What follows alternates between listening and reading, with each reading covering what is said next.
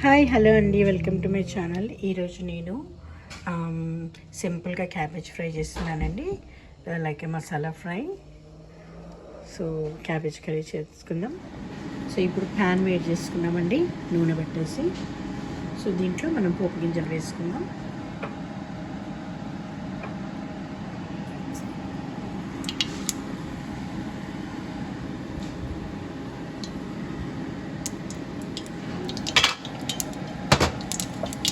కొంచెం ఆవాలు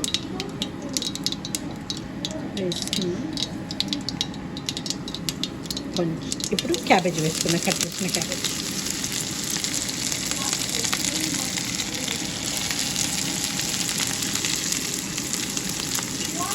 అండ్ అది కొంచెం క్యాబేజీ వేసిన తర్వాత మొత్తం వేయలేదు, నేను నానబెట్టి పెట్టిన శనగపప్పు అన్నమాట.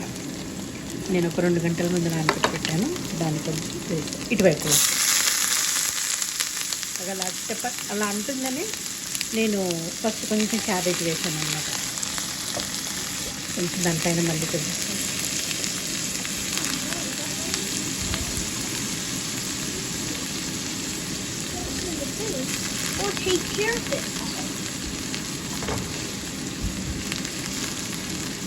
ఇలా వేసిన తర్వాత కొంచెం కలిపేసి చూద్దాం. ఒక 2 నిమిషాలు వేగనిద్దాం. ఇప్పుడు ఓపెన్ చేసి చూద్దాం. ఈ విధంగా అట్లీస్ట్ ఒక 1.5 మినిట్ అవుతుంది.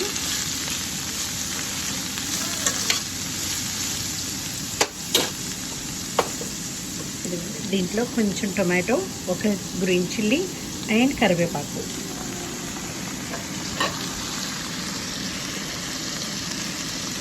కొంచెం పసుపు అండ్ కలిపేద్దాం.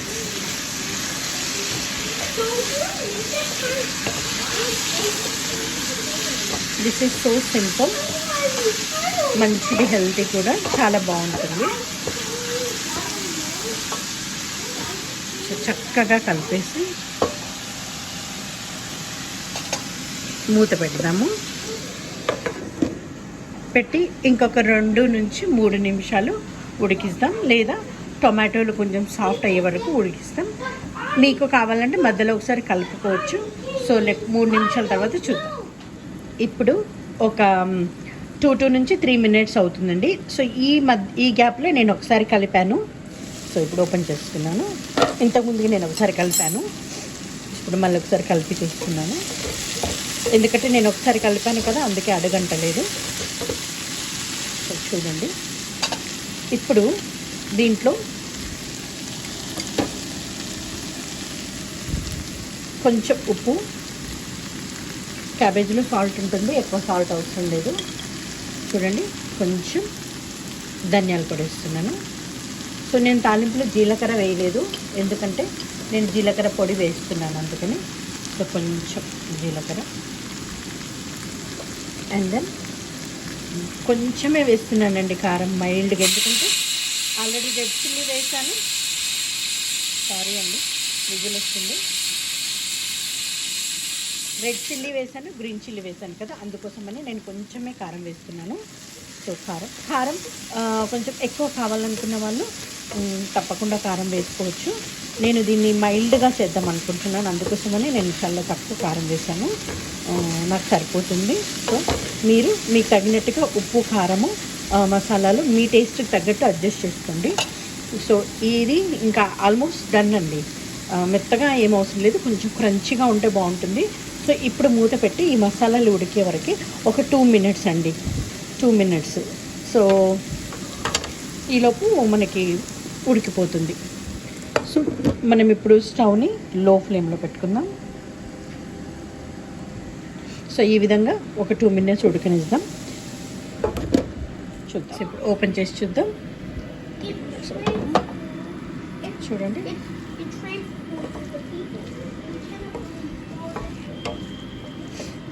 చాలా మంచిగా అయింది.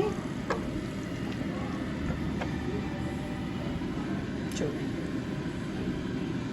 మధ్యలో శనగపప్పు అండ్ క్రంచిగా, కొంచెం మరీ మెత్తగా కాకుండా చాలా బాగుంటుంది. డిష్ అవుట్ చేసుకుందాం.